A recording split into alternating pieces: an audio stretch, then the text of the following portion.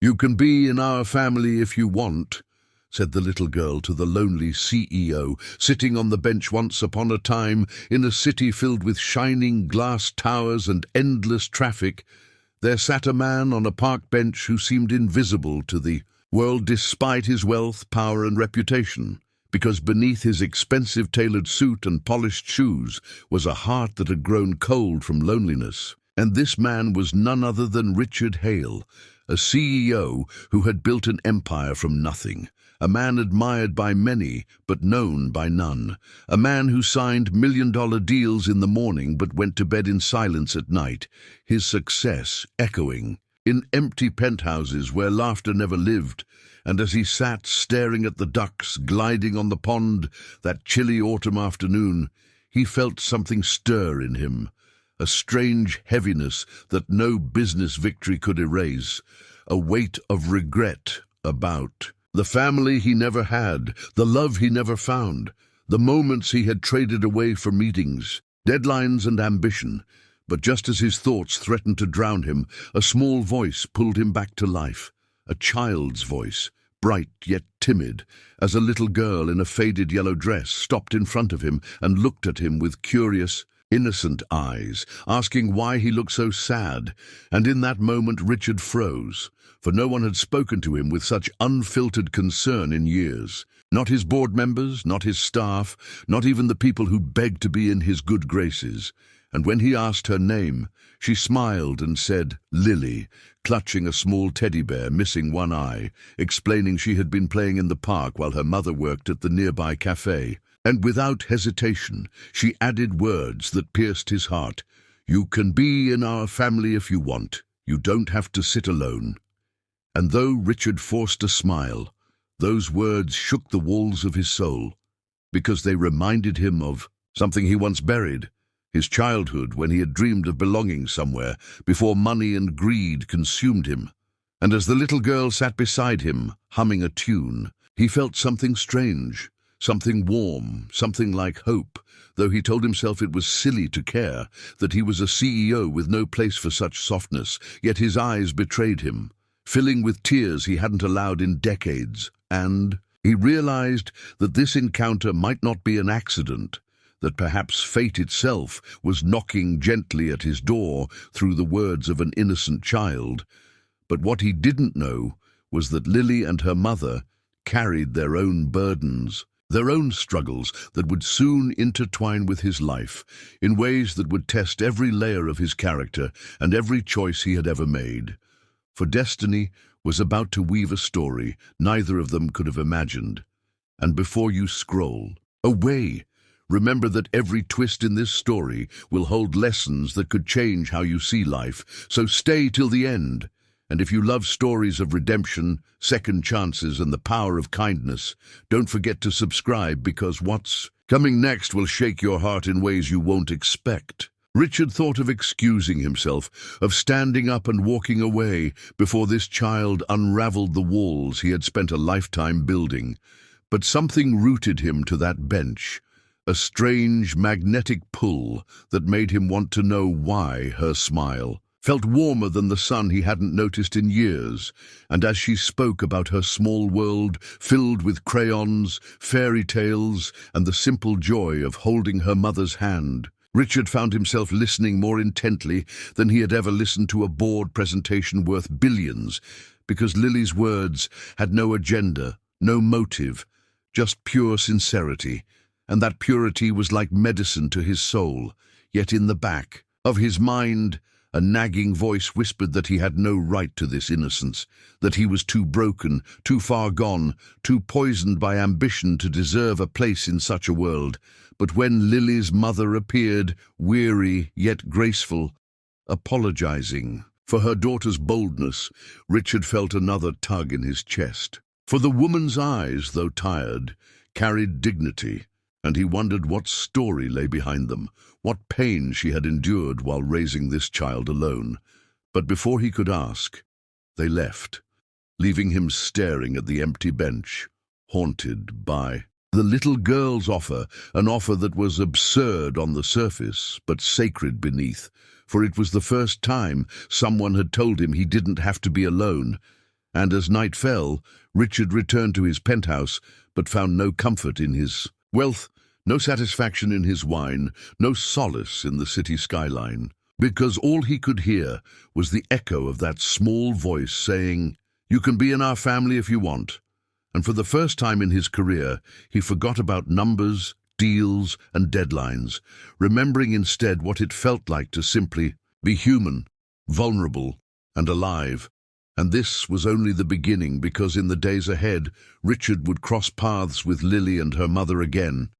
And with every encounter, his heart would be tested, secrets would surface, and choices would arise that would determine whether he would remain a lonely king in a glass castle, or finally discover what it meant to be part of a family. But for now, his sleepless night marked the quiet birth of change.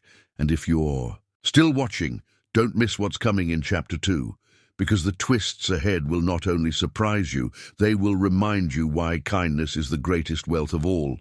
So hit subscribe, stay with us, and prepare for a journey that will take you from loneliness to love, from power to purpose, from emptiness to belonging, because Richard's story has only just begun.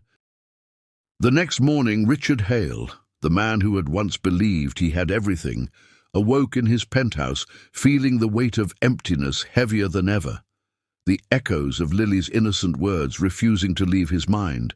And though his phone buzzed with urgent calls from directors demanding his presence at a high-stakes negotiation, his heart wasn't in it, because for the first time he found himself yearning not for power or wealth, but for connection, for that warm light he had glimpsed in a child's smile. So instead of heading to the office, he walked to the park, driven by a pull he could not explain.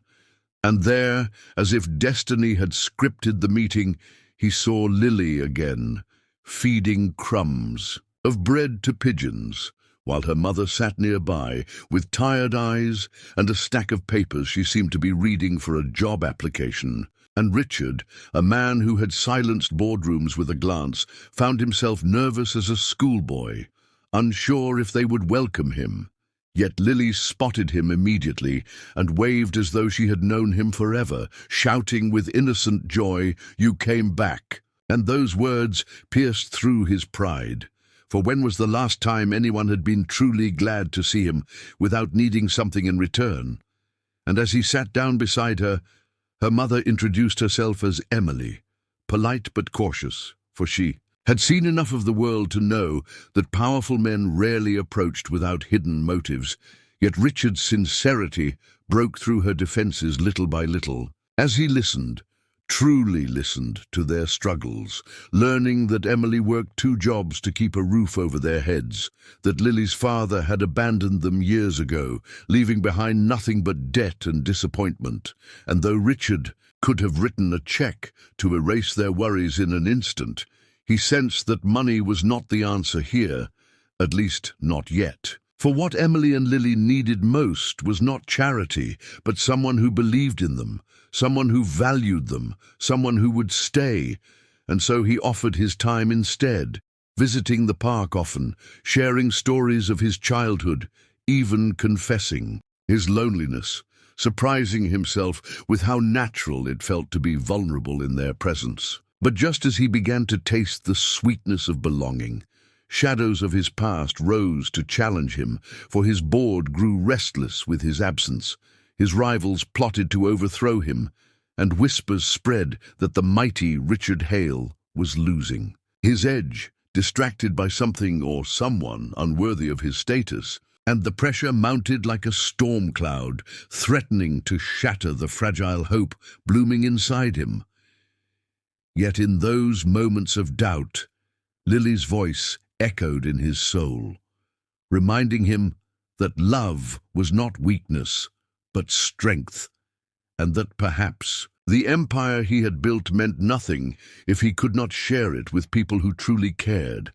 But fate was not done testing him, because one evening, as he walked Emily and Lily home, he saw the tiny apartment they lived in, the cracked walls, the broken heater, the unsafe neighborhood, and guilt gnawed at him for having more wealth than he could ever spend while they lived with so little.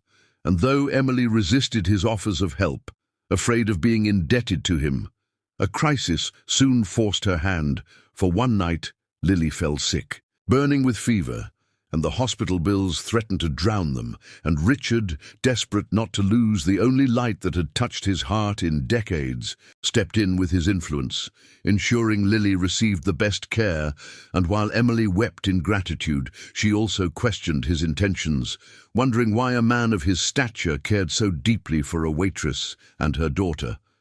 And it was then Richard confessed the truth, that he had been lonely all his life, that he had chased wealth only to discover it was worthless without love, and that Lily's simple invitation to be in their family had awoken something he thought he had lost forever. And though Emily was silent, torn between fear and hope, Lily reached out from her hospital bed, held Richard's hand and whispered, "You're already in our family." And in that moment, Richard knew he would fight anyone, sacrifice anything, to protect this fragile bond, even if it cost him his empire. And indeed, the empire soon came for him. As his board launched a coup, investors withdrew, and newspapers mocked him as a fallen king, distracted by emotions.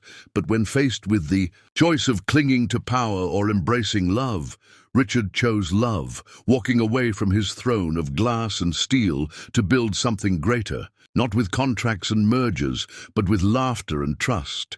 And though the road was hard, though he faced betrayal and loss, he found joy in the simplest things, helping Lily with her homework, walking Emily to work, sharing meals at a worn, wooden table that felt warmer than any banquet hall. And slowly the man once feared as an untouchable CEO became known instead as a man reborn, a man whose strength came not from money but from love. And though some mocked him, many admired him, for his story spread as proof that even the loneliest hearts could find home.